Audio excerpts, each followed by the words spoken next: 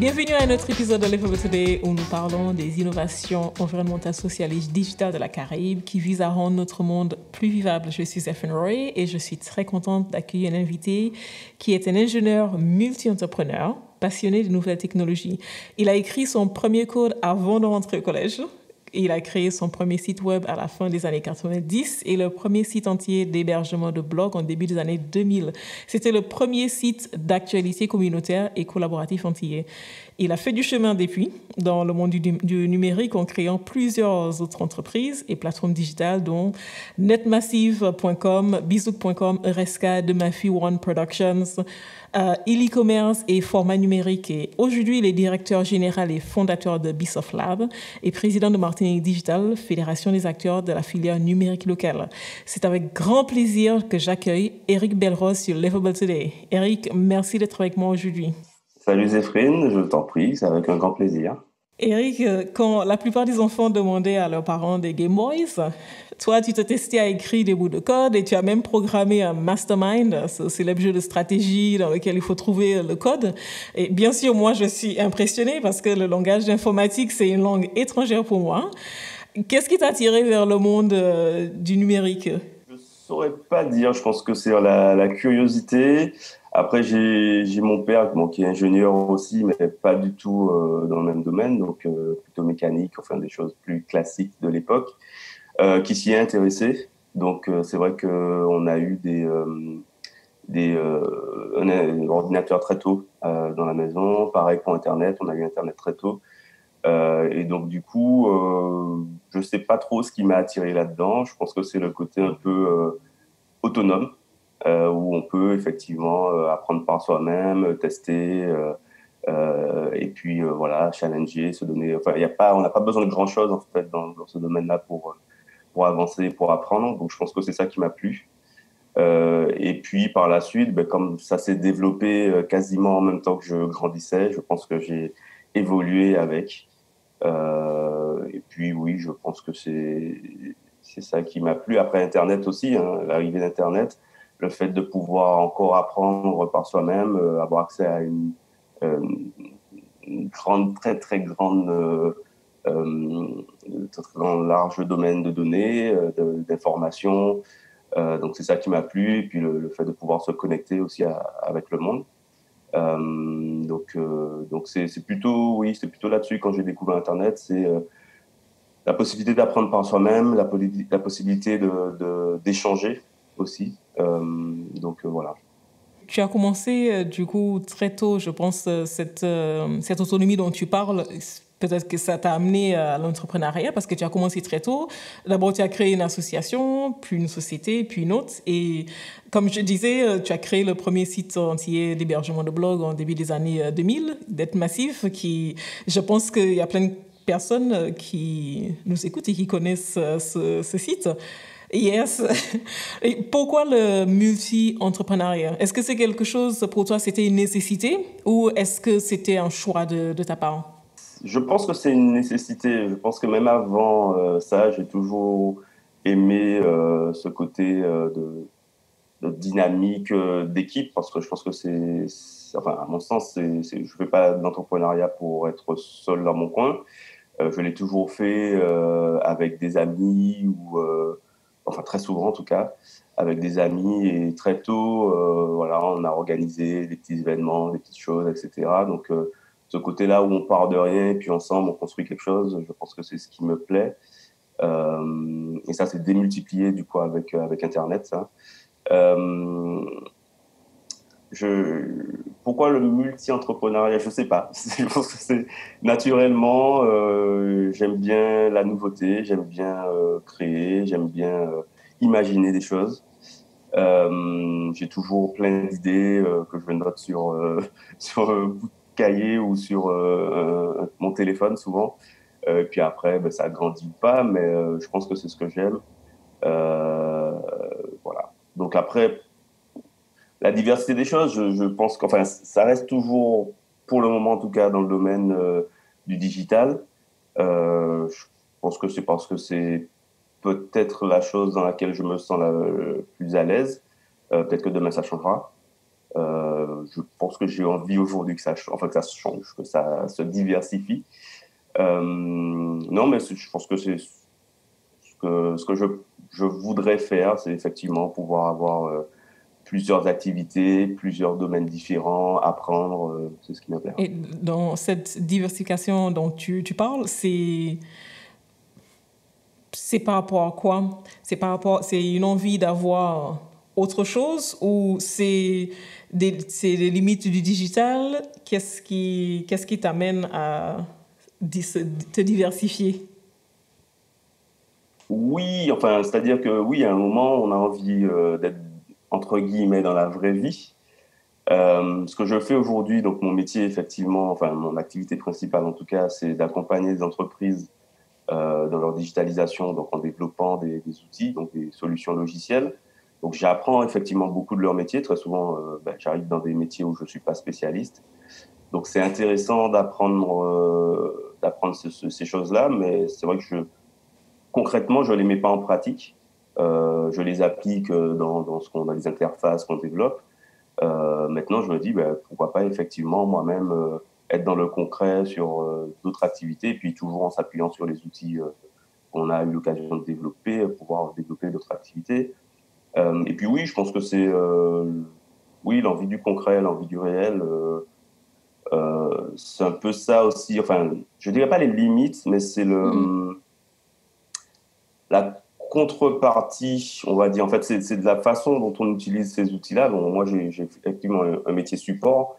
Mais c'est vrai qu'il y a une certaine rigidité, oui, dans la façon dont je pense que c'est plus une conséquence, en fait, de la façon dont on utilise ces outils, plutôt que le fait de l'outil en lui-même. Je pense effectivement qu'on n'est pas encore très bon, oui, je dis ça en tant qu'humain, l'humanité en tout cas, n'est pas encore tout à fait au point, en fait. Je pense que c'est encore relativement récent. On dit que le monde va vite, mais en réalité, on a quand même besoin d'absorber cette nouvelle façon de fonctionner.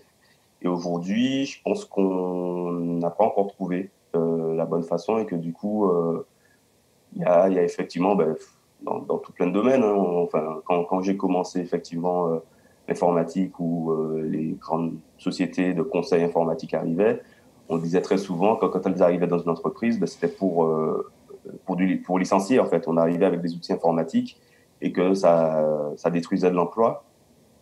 On le dit un peu moins aujourd'hui parce qu'il y a des grosses multinationales qui embauchent dans le secteur, mais il n'empêche que la valeur en fait qu'amènent les outils, aujourd'hui on ne sait pas tellement la convertir en confort humain, voilà. Donc pour le moment, c'est vrai que c'est un peu bizarre de se dire effectivement, on développe des outils et puis il y a aussi cette tendance-là à ne pas encore savoir complètement tirer toute la valeur. Voilà, moi ce que j'aurais aimé effectivement, c'est que les outils qu'on développe, qui effectivement permettent de faciliter, comment dirais-je, de, de supprimer des tâches rébarbatives, de faciliter certains emplois, que du coup, entre guillemets, les emplois que ça détruit, que les personnes qui avaient ces emplois-là, on trouve une contrepartie aussi. Aujourd'hui, c'est pas encore le cas parce que ça prend du temps de former à des nouveaux métiers, ça prend du temps de peut-être changer les modèles aussi parce que forcément, il y a des gens qui s'enrichissent parce que derrière, il y a moins d'employés. Il faudrait effectivement que cette richesse arrive ailleurs. Et c'est pour ça que quelque part, on a ce besoin, enfin moi en tout cas, en tant que je suis vraiment dedans quasiment tout le temps, je pense enfin pour beaucoup, on aura ce besoin de revenir un peu au concret, à travailler aussi dans des choses plus terre à terre, entre guillemets, moins conceptuelles, voilà, qu'on puisse toucher concrètement de la valeur concrète. Et aujourd'hui, c'est un peu difficile dans le métier, j'avoue. Enfin, peut-être dans mon métier, particulièrement, où on est vraiment sur du logiciel, on est vraiment sur des choses très conceptuelles, beaucoup moins. Voilà, quand on fait de la communication digitale, concrètement, on accompagne une entreprise à de la visibilité, etc. Moi, je suis vraiment sur la performance. Et très souvent, la performance est associée au fait d'avoir moins d'employés aussi.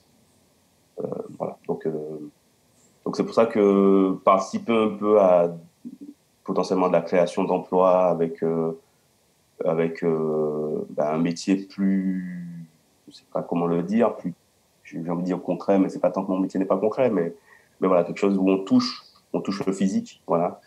Ça m'attire plus aujourd'hui, c'est vrai. Donc en fait, ce n'est pas tellement tu as envie de quitter le monde digital, mais d'aller vers une application plus concrète où tu vas voir peut-être l'impact de ce que tu fais dans le virtuel, dans la société, dans ton environnement en fait. Et sur ce point, ça m'amène un peu à le... Qu'est-ce que pour toi la digitalisation ou le digital elle apporte pour la Martinique par rapport à tout ce que tu viens de dire, le mode de fonctionnement, la création d'emplois, le changement de système et des applications concrètes par rapport à peut-être tes observations de ton environnement. Qu'est-ce que tu penses que ce qu'elle apporte en termes d'amélioration de notre qualité de vie peut-être? Oui, alors, forcément, il y a effectivement la facilité du confort, globalement, sur certaines choses, comme un peu partout dans le monde, effectivement. Le fait d'avoir un outil dans la main qui te permet de commander tes courses, de commander ton repas, etc., bon, forcément, ça amène du confort. Après, bon, ça, c'est pour l'aspect un peu individuel. Pour le territoire, je pense que c'est un atout pour de la visibilité, aussi bien pour faire découvrir la Martinique, les richesses, l'aspect tourisme, mais aussi pour valoriser un peu les humains, concrètement. On a un petit territoire que je trouve très riche, riche naturellement et aussi au niveau des initiatives, de la dynamique. On a du mal, nous, Martiniquais, à se valoriser nous-mêmes, à comprendre que ce qu'on développe est à la hauteur. Et je pense effectivement que le fait de pouvoir le mettre en avant, de pouvoir se challenger par rapport à ce qui se fait ailleurs, petit à petit, ça nous replace un peu dans un contexte mondial. Alors effectivement, voilà, en toute modestie, mais c'est vrai que on voit arriver des initiatives qui sont reconnues mondialement et grâce notamment à Internet, qui permet effectivement de donner de la visibilité. Et puis également sur l'aspect, je dirais, création de valeur sur le plan économique. On sait qu'on a un petit territoire, encore une fois, qui exporte très peu. Et c'est justement une opportunité de pouvoir exporter de la richesse, enfin plutôt faire venir de la richesse d'ailleurs, donc faire des gens dépenser en Martinique sans y être, en développant, pourquoi pas, des métiers ou des compétences qui ne sont pas développées ailleurs. Voilà, la prestation intellectuelle, en fait, c'est le truc le plus facile à exporter. Maintenant, il faut des dynamiques, il faut de la politique pour ça. Mais c'est vrai que ça devient un atout parce qu'on a un lieu parfait pour travailler, on a des compétences, on a des très bonnes formations sur le plan national dans le digital. Franchement, dans les grandes métropoles du digital, on s'arrache concrètement les ingénieurs français. Et donc également les ingénieurs antillais, hein, forcément, qui ont appris ailleurs. Et voilà, il faut trouver une façon réellement de développer ces atouts-là. D'autres îles essaient de le faire, mais à mon sens, on est très bien placé en fait. On est très bien placé parce que en termes d'infrastructure, en termes de formation, même si elles sont pas encore locales, mais en tout cas, on a accès très facilement à de très bonnes formations. Il manque peut-être une dynamique politique, ça, je pense que c'est plutôt clair, pour justement pouvoir se dire, ok, comme font d'autres îles, je pense notamment enfin, dans l'océan Indien, où il y a des îles réellement qui ont pris ce pari-là de proposer des ressources intellectuelles au monde entier. Alors, effectivement, avec un coût qui peut être moindre, et c'est peut-être ça qui fait l'intérêt de ces territoires-là, mais je me dis, ben, il y a aussi des gens qui cherchent la prestation intellectuelle à un tarif classique, mais qui se dit, bon, ben, effectivement, ça me permet d'envoyer mes ingénieurs dans un cadre qui est différent, ça me permet moi-même d'y aller et de travailler dans un cadre différent. Et puis je pense que euh, le confort qu'on a, je pense qu'on a quand même le confort en termes d'environnement, ben, c'est propice en fait à être plus, comment dirais-je, plus disposé en fait à réfléchir, à imaginer, à avoir des idées originales. Euh, et donc voilà, je pense que l'atout est là. Je suis pas sûr qu'on aura d'autres chances en fait en réalité. Voilà, après on peut, enfin je dis d'autres chances de vivre, enfin d'avoir un développement économique visible à travers le monde. Voilà, c'est une chance. C'est l'une des seules chances, je pense, qu'on a. Après, on peut, je dis pas que si on rate le coche du digital, la Martinique ne va pas se développer, mais enfin, on a de très belles chances de se développer dans une sorte d'autonomie, voilà, sans avoir besoin en réalité. Pourquoi on aurait forcément besoin d'avoir des échanges commerciaux à travers le monde? Je ne sais pas si voilà, si c'est une nécessité en soi.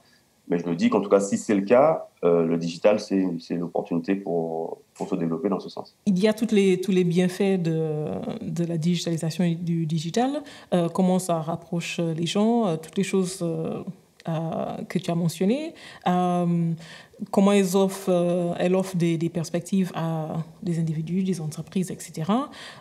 Et on a la pandémie du Covid qui nous a bien montré et ça a mis en lumière aussi les faiblesses des entreprises qui n'étaient pas digitalisées.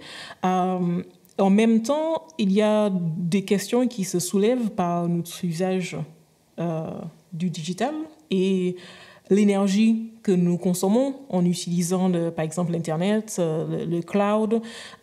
Et ça soulève la question, en fait, de la durabilité de notre fonctionnement parce qu'on est amené à évoluer, à grandir, et cet usage, elle va continuer à s'accroître. Comment est-ce que, en tant qu'acteur dans le numérique, et avec le désir de développer et de voir, comme tu dis, la Martinique, ne pas rater la coche du digital, quelles sont les perspectives pour nous en tant qu'île? C'est une question qu'on s'est posée, je pense, à chaque révolution. Quand il y a eu, pareil, enfin, je ne veux pas faire de l'histoire, mais la machine à vapeur, pareillement, à un moment, il y a des gens qui se sont demandé, oui, mais est-ce que le modèle est viable, ça pollue, etc. Et pareil pour le nucléaire, enfin, on a toujours ce questionnement-là. Et c'est vrai que maintenant, on commence à comprendre que euh, les méga structures qui aujourd'hui stockent la donnée, bah, elles sont extrêmement consommatrices d'énergie. Maintenant, c'est toujours difficile de mettre en perspective parce que, ben, pareil, il faudrait réussir à diviser toute cette consommation d'énergie euh, par chaque usage qui en est fait pour savoir si ça vaut le coup et c'est impossible à faire. Ce sera d'autant plus impossible qu'on va justement aller dans ce sens où on va concentrer de la donnée dans des endroits euh, uniques, voilà, à construire de plus en plus des usines à données. Euh, Moi, je pense que, enfin, sans réellement connaître, hein, savoir si réellement l'impact, enfin, si en termes si on fait le rapport entre consommation d'énergie et création de valeur, je pense que ce qui est important aussi, et je pense que c'est le cas dans un peu toutes les industries, c'est essayer un peu pour qu'on ait conscience en fait de l'impact, c'est de rendre les choses plus concrètes et de rapprocher en fait cette consommation d'énergie au plus proche des gens qui l'utilisent. C'est un peu le cas, voilà, quand on parle justement du photovoltaïque. Aujourd'hui, on dit, ou du même non, plutôt de, la voiture électrique. Là, on dit oui, les batteries utilisent des composants qui sont extraits en Afrique, etc. Ça fait de la pollution et on est en train de juste délocaliser la pollution des voitures qui roulaient dans leur pays. On est en train de la délocaliser ailleurs. C'est vrai que du coup, quand ça roule, ça n'émet pas de polluants, mais ça en émet dans le lieu de fabrication. Et là, c'est un peu pareil. Si on se dit, plutôt que de faire des immenses fermes de données, on les rapproche du lieu d'utilisation, peut-être qu'on aura une meilleure conscience, effectivement, si la Martinique a 2-3 centres d'hébergement de données pour l'usage local, bon, même s'il faut forcément aller chercher de la donnée ailleurs, mais au moins ça permet de se dire, en Martinique, on crée de la donnée, on crée de la valeur digitale, elle est stockée en Martinique, combien de personnes viennent la chercher, combien ça nous coûte cette création de valeur, et qu'on peut, nous concrètement, en tant qu'acteurs, en tant que créateurs de ces données-là, pouvoir estimer la valeur de ces données et pouvoir se dire, par rapport à l'énergie que ça consomme, j'estime que ça vaut ou pas le coup, entre guillemets. Bon, après, l'impact sur l'environnement en tant que tel, c'est un peu comme tout, hein. Il y a toujours un arbitrage quelque part à faire. Je pense qu'il faut déjà avoir la conscience. Aujourd'hui, je ne pense pas qu'on l'ait réellement. Je ne pense pas qu'on comprenne, même si on en parle effectivement. Je ne suis pas sûr qu'on soit en mesure de se dire, je sais pas, tel centre d'hébergement de Google, ça représente 4 avions je sais pas, je dis n'importe quoi, mais aujourd'hui, c'est pas suffisamment concret pour que les gens réalisent. Non, je pense pas du tout. Pas du tout. Voilà, je pense que pour la plupart des gens, l'Internet, c'est... Oui, voilà, et pareil. Digital, c'est Internet et c'est un truc vaste. Envoyer un mail, c'est, je sais pas combien, 25 minutes d'une ampoule allumée ou je sais pas quoi. Ok, mais voilà, c'est pas concret en soi. Donc, je pense qu'il faut rendre ça plus concret en rapprochant effectivement la donnée stockée au plus près des hommes. Et puis aussi, de toute façon, il y a déjà aujourd'hui des initiatives pour faire en sorte que ces centres d'hébergement de données soient moins consommateurs d'énergie. Il y a de la recherche dessus. Il y a la vraie problématique sur ces choses-là, c'est que le besoin en énergie est très constant. Et si on pouvait imaginer utiliser de l'énergie renouvelable, il y a toujours le problème du stockage de l'énergie, qui aujourd'hui n'est pas encore un problème sur lequel on est très bon. Donc du coup, c'est forcément l'énergie qui vient du réseau classique, qui est la seule énergie qu'on sait faire aussi stable. Donc forcément, ça va être les centrales carbone, donc au fuel, etc., comme on a en Martinique, ou le nucléaire. Il y a quelques acteurs qui font de l'éolien, mais pareil, c'est en complément. Donc il faut aussi qu'on arrive à développer ces technologies de stockage d'énergie pour pouvoir utiliser des énergies renouvelables, naturelles. Mais toujours, c'est pareil, le stockage de l'énergie, c'est des batteries. Et les batteries, ça produit du polluant, etc. Aujourd'hui, on ne sait pas faire des batteries propres. Donc, c'est bien, hein, il faut effectivement avoir ces enjeux-là en tête. Je pense que c'est bien qu'on ait des alertes, c'est bien qu'il y a des acteurs qui se penchent dessus. Mais aujourd'hui, je pense qu'il n'y a pas encore de réelle réponse. J'ai pas très peur en fait sur ce fait-là, parce que c'est tellement une révolution, on est tellement en train de tout migrer, toute la richesse du monde, toute la connaissance du monde, que c'est très difficile de se dire que ça vaut pas la peine dans ce sens-là. Après je peux être convaincu sur le sujet, mais oui, quand on passe de je sais pas combien d'exemplaires d'encyclopédies imprimées par an et distribuées à travers le monde à Wikipédia, aujourd'hui, qui a fait le calcul? Voilà, donc combien coûte Wikipédia en termes de consommation d'énergie et combien consommait toutes ces encyclopédies qu'on imprimait et qu'on envoyait à travers le monde par avion, etc., par bateau. C'est ce calcul-là qu'il faut faire. Aujourd'hui, je ne pense pas que les gens le fassent. Vous êtes sur Sun, le premier média digital bilingue consacré à la Caraïbe. Ici, vous trouverez des films, des vidéos et des podcasts sur des histoires et des sujets caribéens, par des Caribéens, pour des Caribéens. Ce que tu es en train de dire, c'est vraiment c'est même pas est-ce qu'on peut envisager dans le green tech ou l'écotechnologie, on est obligé parce que les bienfaits, quand on pèse dans la balance, c'est que ça apporte la technologie, le digital. Oui, enfin, en fait, effectivement, il faut toujours se donner le challenge d'avoir une énergie la plus propre et effectivement des usages le plus économe que possible. Mais se poser la question de finalement, est-ce que ça vaut le coup toute cette digitalisation par rapport à l'impact écologique. Aujourd'hui, je pense qu'on n'a pas les moyens d'y répondre, de un, et de deux, je suis quasiment persuadé que la réponse est oui. Après, il faut continuer à optimiser, à faire en sorte que ça consomme le moins que possible, mais on peut pas se dire il faudrait faire marche arrière, etc. C'est inenvisageable à mon sens. Ce serait on perdrait quelque chose, l'humanité perdrait quelque chose à mon sens, mais ça se discute peut-être. Ouais, je vais te demander, en tant que personne qui est dans le digital et qui travaille avec beaucoup d'autres entreprises qui le sont aussi, est-ce que tu observes une démarche d'aller vers une technologie plus écologique? Ou est-ce que c'est quelque chose qui germe, mais les gens ne sont pas encore prêts? Oui, oui, non, les gens sont conscients. Enfin, il y a toujours les aspects, enfin, un peu marketing, greenwashing un peu partout. On l'a aussi dans l'informatique. Maintenant, je pense que c'est toujours mieux que rien, mais c'est pas que du greenwashing. Il y a aussi effectivement des gens qui se penchent sur comment consommer moins d'énergie. C'est réel.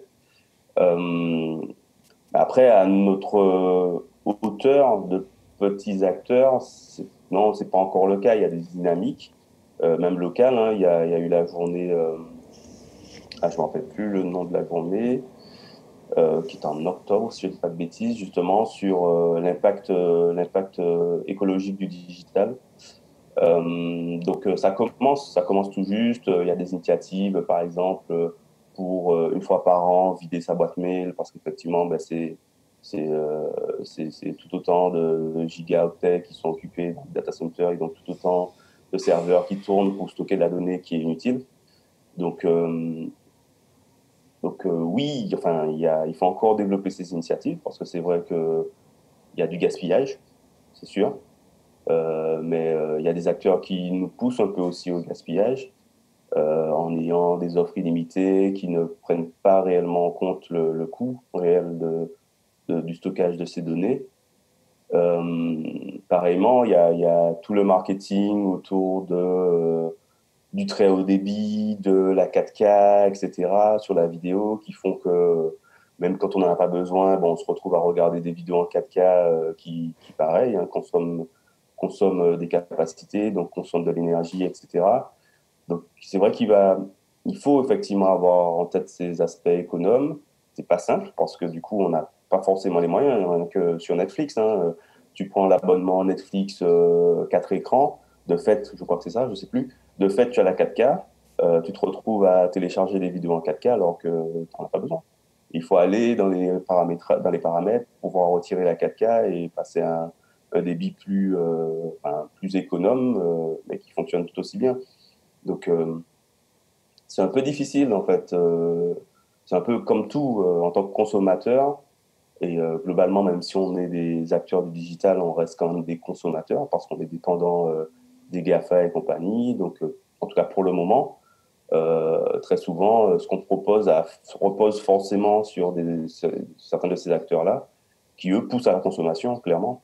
Donc, c'est un peu comme tout, hein, comme la publicité qui pousse à la consommation. Nous aussi, fatalement, il faut être très fin dans ses réglages pour avoir une démarche économe. Donc, oui, il faudra un moment que ça soit une vraie problématique.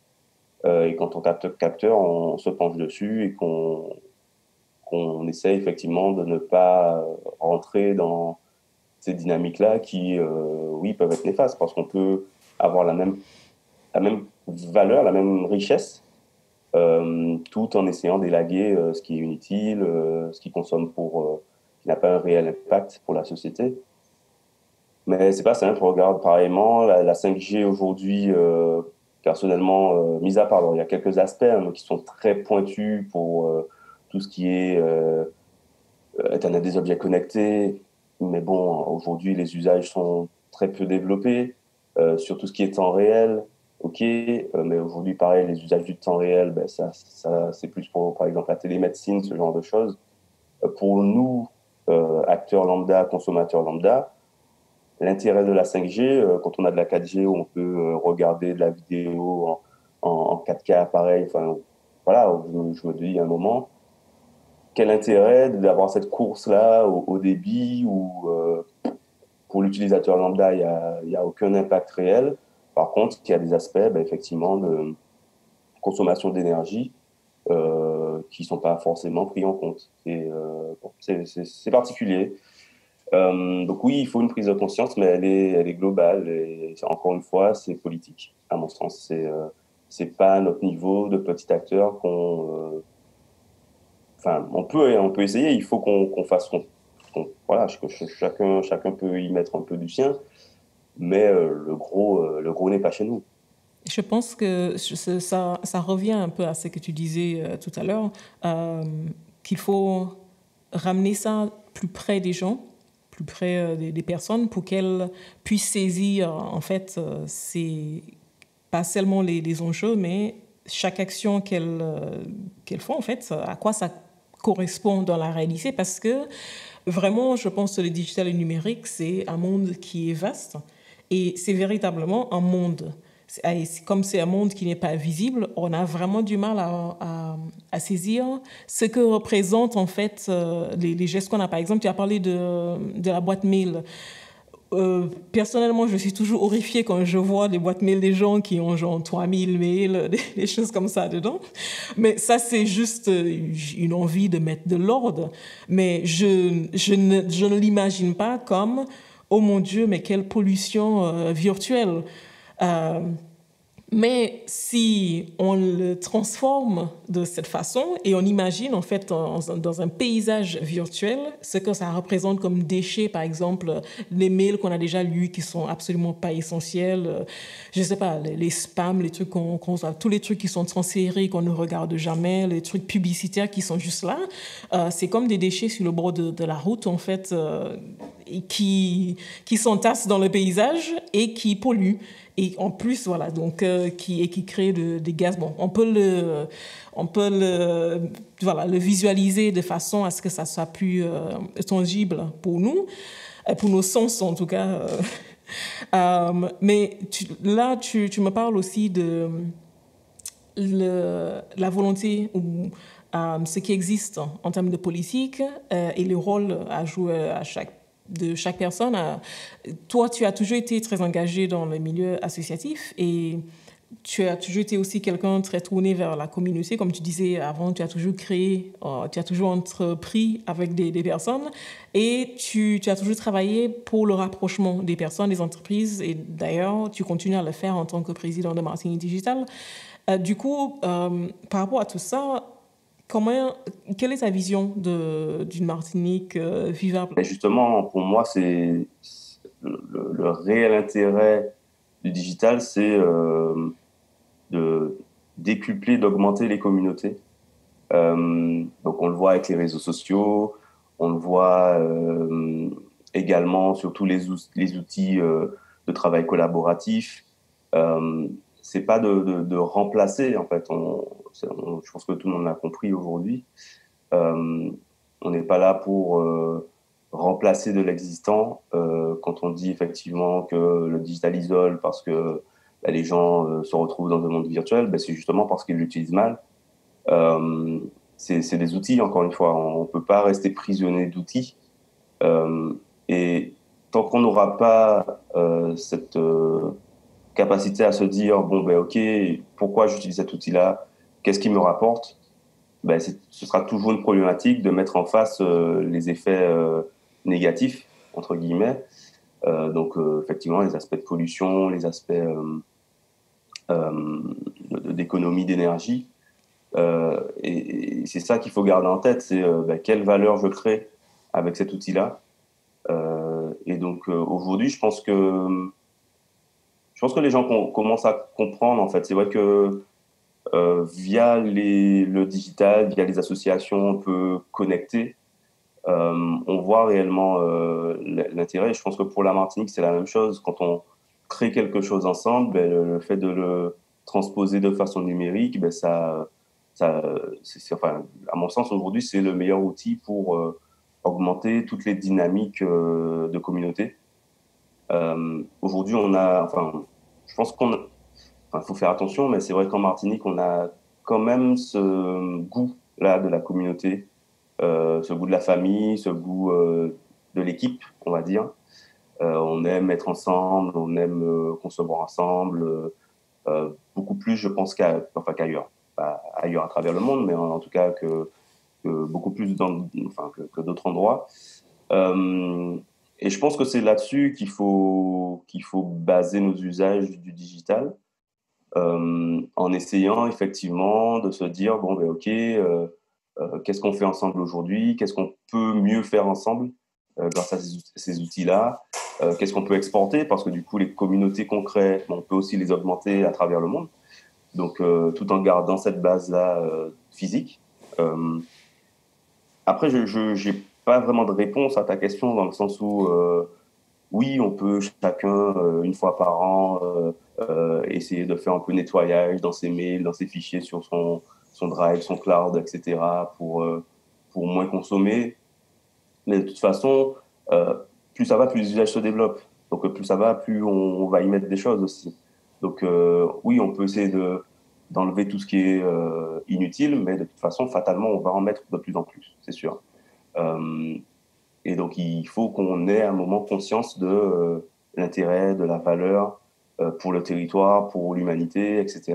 On ne peut plus se positionner en tant que simple consommateur de données, comme on est aujourd'hui beaucoup consommateurs de toutes sortes de ressources différentes. On crée des choses, mais c'est vrai qu'il faut justement les valoriser. Il faut qu'on se dise systématiquement, OK, voilà, ça c'est riche, ce que je viens de construire est riche, pour que demain on ne soit pas complexé. Parce que ça va être encore une histoire de complexe. On va se dire, oui, bon, c'est vrai, nous, dans le digital, on ne crée pas grand-chose. On est juste là encore une fois pour consommer. On est encore une fois en train comment dirais-je, de produire en gros des déchets sans connaître la valeur de ce qu'on fait. C'est toujours ça qui est un peu compliqué. Je sais, aujourd'hui, je